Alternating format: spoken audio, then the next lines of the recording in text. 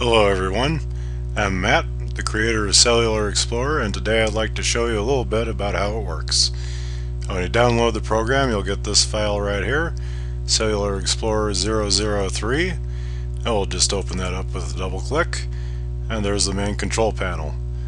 Now before you do anything else, you want to press the new button. That'll give you a new automaton, and we'll open up the cell editor and the cell picker, because the cells that it starts off with don't really do anything by themselves. So we'll go to cell editing mode, and we'll select cell type. We'll try a Wolfram cell, and we'll give it some rules.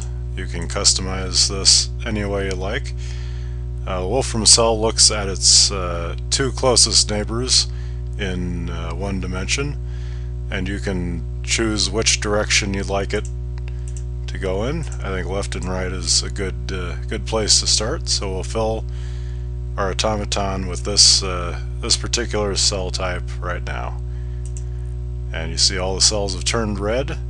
That's the color for the Wolfram cell. And we'll go back to our main running mode, and we can see what it does. This is the play pause button that starts and stops the automaton. These Wolfram cells don't do anything by themselves. You need to give it some kind of a pattern to interact with. So we'll open up the state editor, and we can go into state editing mode and draw in some pattern like so. And we'll go back to our normal mode and we'll start playing it. And you see the automaton is evolving some activity here at a rather slow speed. We can change the speed by moving this slider to the left for faster, right for slower. You can also pause the automaton and step it forward one generation at a time.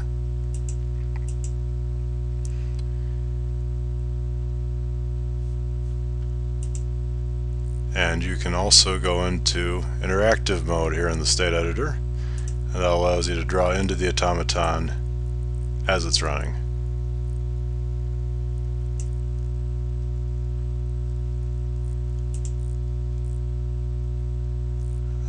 One other item I'd like to show you right now is the selection tools. You can pick an area out of your automaton just by, for example, pressing select rectangle, and you can draw out a rectangle like so. And anything you draw inside the rectangle will be drawn normally, but once you go outside of the rectangle, it will not draw.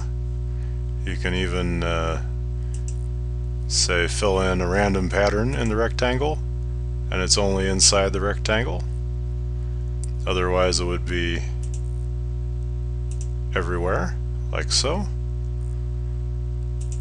So we're going to select a rectangle here. We'll go into our cell editing mode, and we'll try another cell type, and I will pick Conway's Game of Life. That's a pretty well known one, and we'll fill in this rectangle with it,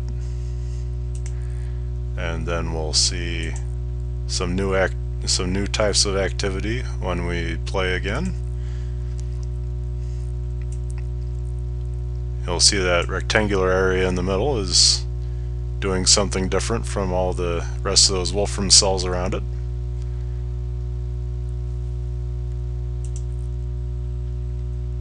You can also have the automaton wrap around. X wrap for the left and the right, Y wrap for the top and the bottom. Anything that goes off one side will come on the other side, and vice versa.